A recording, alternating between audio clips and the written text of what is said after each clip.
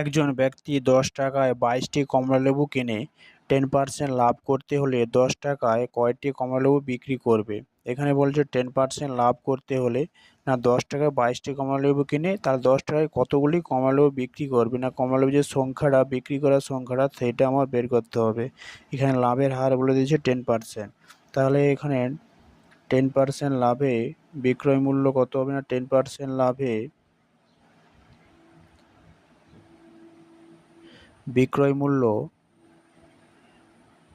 100 টাকা যদি আমার ক্রয় মূল্য হয়, সেখানে 10% লাভ হয়েছে সমান 110 টাকা। যদি ক্রয় মূল্য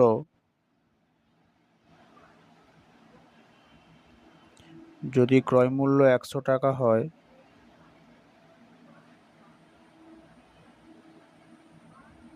তাহলে বিক্রয় মূল্য কত হবে?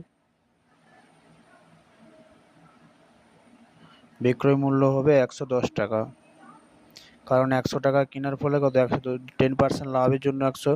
তাহলে যদি 1 টাকায় ক্রয় মূল্য যদি 1 টাকা হয়, বিক্রয় মূল্য হবে কত? 110/100। এবার এখানে বলছে যে 10 টাকায় কেনে, তাহলে ক্রয় মূল্য যদি 10 টাকা হয়, এখানে 10 টাকায় বলছে একজন ব্যক্তি 10 টাকায় 22টি কমলালেবু কেনে, তাহলে 10 টাকা ক্রয় মূল্য। 10 টাকা ক্রয় মূল্য হলে তাহলে বিক্রয় মূল্য কত হবে? নিচে আমার যেমন থাকলো এখানে 10 দিয়ে গুণ, এই শূন্য এই শূন্য এই শূন্য, তাহলে কত? 11 টাকা।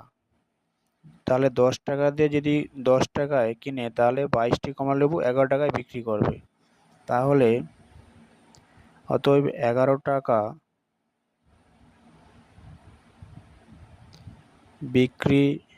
বিক্রয় করে 22টি কমলালেবু।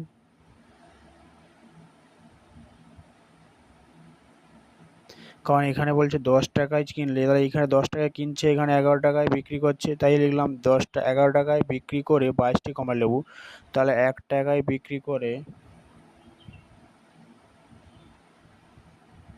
22/11টি কমলালেবু। তাহলে এখানে যেহেতু বলছে 10 টাকায় কতগুলি কমলালেবু বিক্রি করবে, তাহলে 10 টাকায় বিক্রি করবে 22/11 ইন্টু 10, 11 দিয়ে 22 ইন্টু 2 গুণিতক 10 সমান 20টি কমলা লেবু। 20টি কমলা, 10 টাকায় 20টি কমলা লেবু বিক্রি করবে।